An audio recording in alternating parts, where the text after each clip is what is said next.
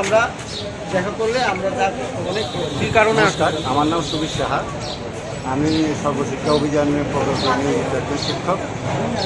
আমরা সেন্ট্রাল গভর্নমেন্টের ইনস্ট্রাকশন অনুসারে আমাদের যে দ্বাদশ শ্রেণীতে 50% নাম্বার এবং ডিএলএড করার যে ইনস্ট্রাকশন ছিল, আমরা সেটা কমপ্লিট করেছি। কিন্তু এখানে দেখা গেছে যে 2019 মার্চের মধ্যেই কমপ্লিট করতে হবে এমন একটা ইনস্ট্রাকশন ছিল, যেটা আমরা অনেকেই জানি না, আমাদের জানা ছিল না। যার ফলে আমাদের মার্চের পরিবর্তে অনেকে এপ্রিলে হয়েছে, অনেকে অক্টোবরের মধ্যে কমপ্লিট হয়েছে। দেখা যাচ্ছে এর জন্য আমাদের এনসি হয়েছে, অর্থাৎ নট সার্টিফাইড। আমরা ডিএলএড কমপ্লিট, ডিএলএড কিন্তু 2019 মার্চের মধ্যেই কমপ্লিট, কিন্তু তারপরে আমাদের এনসি হয়ে গেছে। এই বিষয়টা কি আমরা সবাই এই ব্যাপারে সম্পূর্ণভাবে অবগত নই।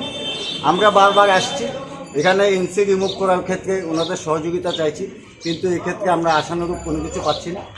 আমরা আপনাদের দ্বারস্থ হয়ে আমরা সরকারের কাছে আমাদের এই যে সমস্যাটা, এই সমস্যাটা ওনাদের কাছে নিয়ে যাওয়ার জন্য আপনাদের কাছে অনুরোধ জানাচ্ছি।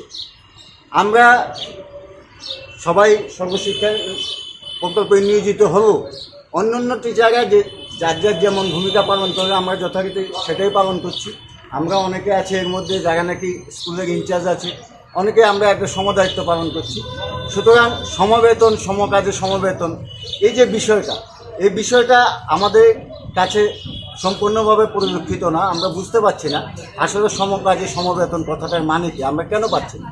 ইদানিং দেখা গেছে কি, যারা ডিএলএড করেছে 50% কমপ্লিট করেছে, যাদের এনসি নেই তারা এরিয়ার্স পেয়েছে, তারপরে পে অ্যালাউন্সেস পাচ্ছে, কিন্তু আমরা কিছুই পাচ্ছি না। অথচ আমরা পেতে পারি এমন সম্ভাবনা আছে, এমন কথাও শুনেছি, কিন্তু এটা পার্টিকুলারলি অ্যাকচুয়ালি বিষয়টা কোন জায়গাতে আছে কি আছে না